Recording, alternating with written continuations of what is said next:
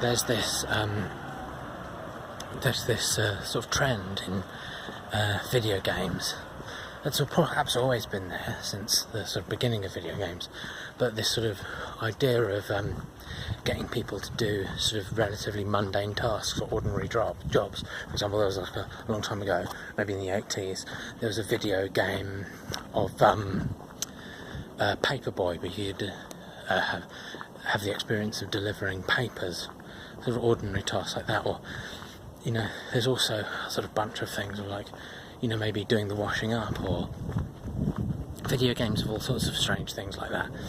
And it seems to me that the sort of person who is doing those tasks in a video game would be a lot less interested in doing them if they weren't in a video game. So my idea is to use virtual reality. So imagine people sort of doing the washing up in virtual reality and sort of enjoying it. But now imagine all you do is you poke out the lenses and you put the virtual goggles on, bring them into your house. Then you could make them do the washing up for real, but they would think it was just like an incredible simulation of doing the washing up, that the graphics would be pretty impressive, because they would just be, I mean, like about as HD as you can get. And you could get them to do all sorts of chores, like, you know, the washing up, for example, raking leaves in a garden, or I don't know. And then you think you've got those sort of farming games, like was there something, Animal Crossing? I think that's a farming game. What you could do is you could get sort of hordes of these people wearing virtual reality masks with no lenses in, just looking straight out into the world, and to take over our entire farming industry. And especially if you could, you know, make it interesting, like people like to spend hours in video games, especially things like, you know, Second Life, and maybe you could sell this virtual reality idea as, maybe call it sort of like First Life, or maybe that would give the game away. But yeah, people sort of rack up multiple hours in there, and not only that, you could get them to pay you for the privilege, because you could say that it's like, you know, games as service, and you could rent out time on your server, which actually is just a real farm that they're going to, and then you could, you know, feed the entire country for free, or at least the labour would be free. Very well known that YouTube personality Roman Atwood actually has a secret second channel where he reviews vegan meat substitute products. He doesn't actually show his face in the videos, but if you pay close attention, you can tell it's his channel, because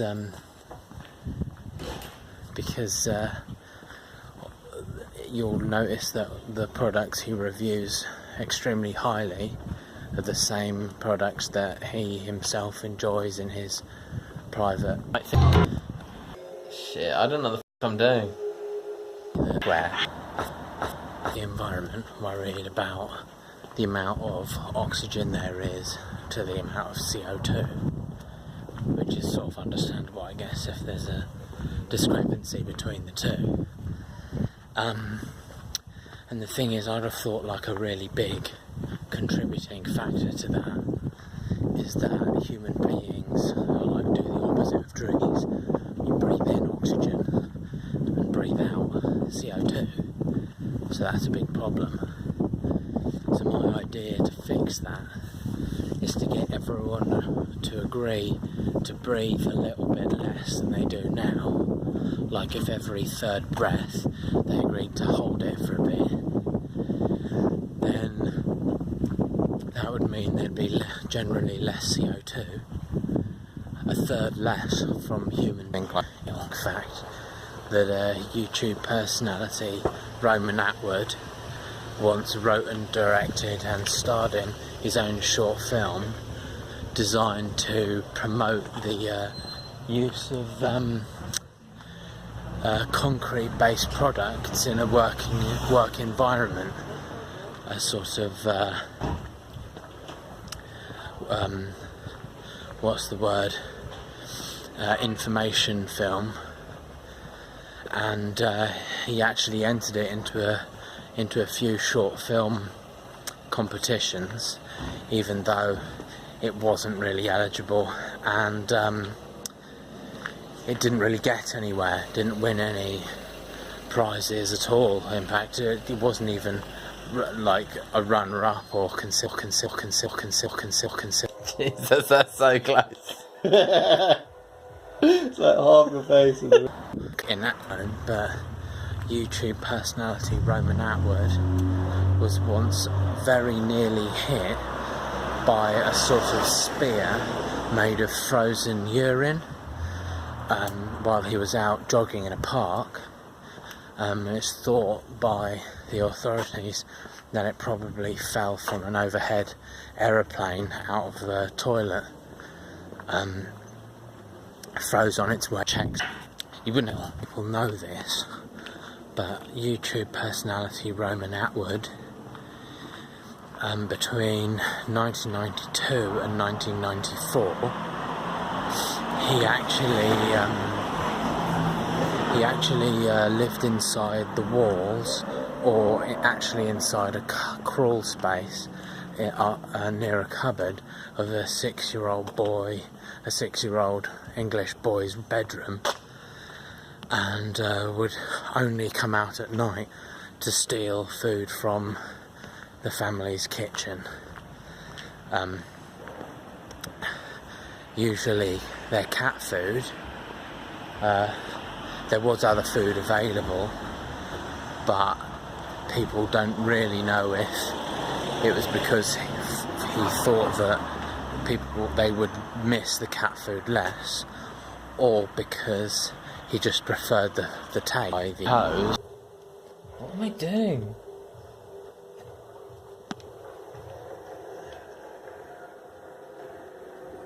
Sort of little crime, you may end up having to do a police lineup where you'll be potentially identified as the culprit. So one thing you could do to help could be to you could try facing the other way, but that might draw too much attention to you.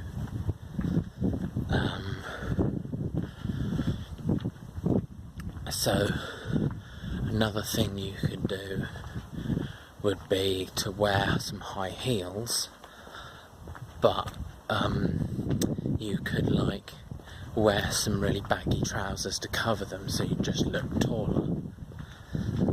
But they'd probably recognise you from your face, and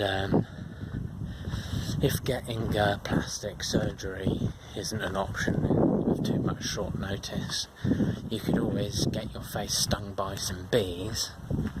That way it would swell up and you'd look quite different.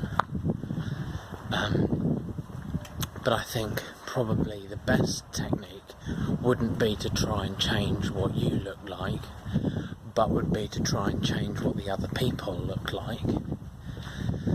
So if you had enough time and planning, you could maybe kidnap the other people in the lineup and give them plastic surgery to look exactly like you. And then maybe you could then, I don't know, shave your beard off so you looked slightly different. That way you'd get to keep your own face, but the other people would look more like you than you looked like you.